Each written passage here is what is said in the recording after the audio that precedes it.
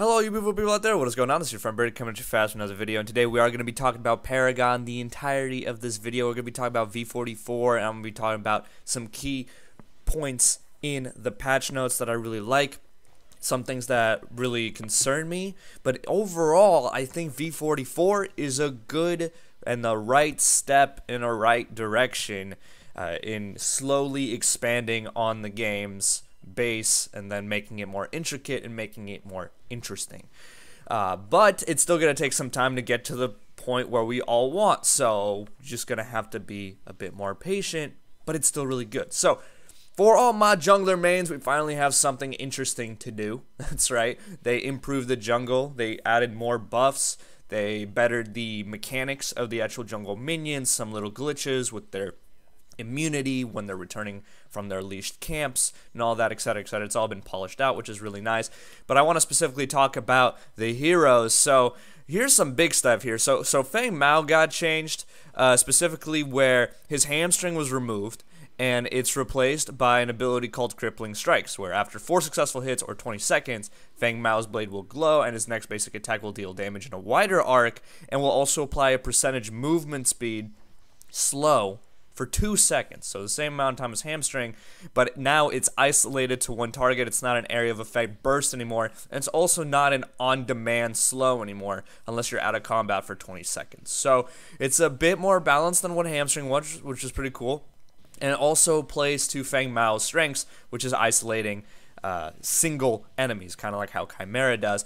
And his ultimate got a really big buff where now it actually has an executability where he does the same animation, which does a certain amount of damage and increases in damage per level, plus his power rating, and he will execute heroes below a health threshold of 300, 425, 550, plus power rating. And then the executable heroes will also have a mark on them, which will make it easy for you to know when to execute them. So this is really good because it kind of nerfs Feng Mao in the AoE department, but it also buffs him in the one-on-one fighter department where he's kind of supposed to be at. So that was the biggest change with that. His dash got a bunch of buffs. I'm not going to go through each one of these because you can read these and I will link it in the description, but it's pretty lit. So Gideon is just going to be super fucking powerful now in my opinion with the Void Breach instead of the Burden. And the big part is that his ultimate now applies a stun. A stun. So anybody caught in there will be stunned for the entire time, which is like 3.5 seconds, unless Gideon will be stunned out of it. So I think Gideon is going to remain one of the top dogs in mid lane, if not be the best mid laner. And let's talk about my boy Grux, who finally got a rework. First of all, his pull got patched. Now it works. It seems to work according to the descriptions, where sometimes it wouldn't pull people as often as it should. And then you have the cleave, the double pain, the bleed that does more damage, which is good because it needed to. And they replaced this charge, which I don't really know if I like because I really like that escape. But they replaced it with basically a little dash forward. It's like 250 units. And it will be a short knock-up, so kind of like Crunch's knock-up, and it'll also deal damage. So basically, Grux does more damage. His ult makes him do way more damage, and because it does a percentage now instead of just some base bonus damage. And yeah, that's really good with Grux. He's going to be way stronger now. Finally, he's going to be way stronger. He's going to have more CC. But he's not going to have an escape this time, so take it with a grain of salt. And then Rampage is also not going to have an escape because they got rid of his pounce ability, so no more leaping football fields while he's in ult form, which is probably a good thing because it was really hard to kill him when he was able to do that. And they exchanged it with an ability called Rumble, where he pounds both fists on the ground and he slows all nearby enemies for 2 seconds. So that's more CC on Rampage and less escape. So this could be good, this could be bad, it all just depends on how you look at it. But not having escape on heroes is usually a crutch. But if they have more CC, I can see, no pun intended, how it would change. And then Twin Blast is definitely going to be the most dominant ADC, in my opinion, with these new abilities of his. Because now he has a slow, not just a slow, but like 3 charges of a slow that can be recharged every time he uses his escape ability.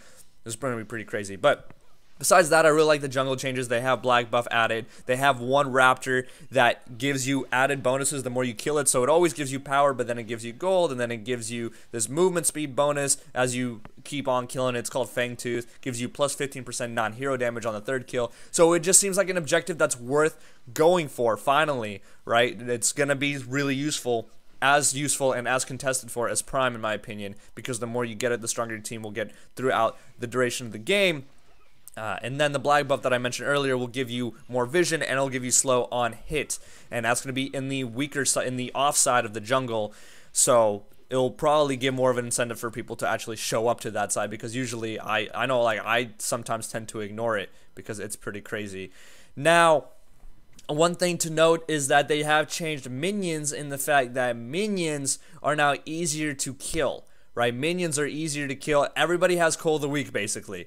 Everybody has Coal of the Week, where minions now will insta-die. They will be executed when they're below 20% health if you last hit them. So, I don't know if I like this, because it makes the game easier. And you know how I'm always about, like, if you make the game easier, there's less chance to grow and better yourself as a player. And that's kind of what MOBAs are, is that last hitting is a skill. It's a skill you have to learn and you have to master, and people take forever to master that skill, to be able to deal damage in a fight, to also pay attention to minions and hit them and time it correctly to get the last hits.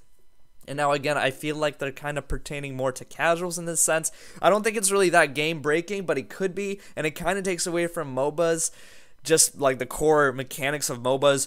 Epic's excuse, or explanation rather, is that they want you to focus more on the fighting aspect and the action aspect, which I guess I can understand, because Epic has a MOBA, Paragon, which is definitely more unique than other MOBAs, and it's definitely more actiony than other MOBAs, so I can see how they're trying to twist this, but I really don't know if this is a good change, and I don't know if it's going to increase I think it's just going to lower the ceiling, again, the skill ceiling with that.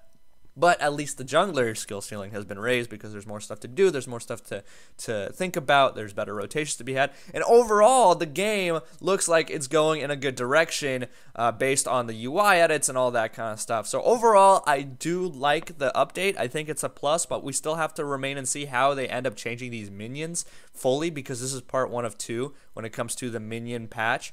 And same thing with jungle. I actually don't know if it's only 2 parts to the jungle, but so far it's just the first part. So anyway, there you guys have it. Thank you so much for watching. Hopefully you enjoyed. Let me know what you guys think about it in the comment section below.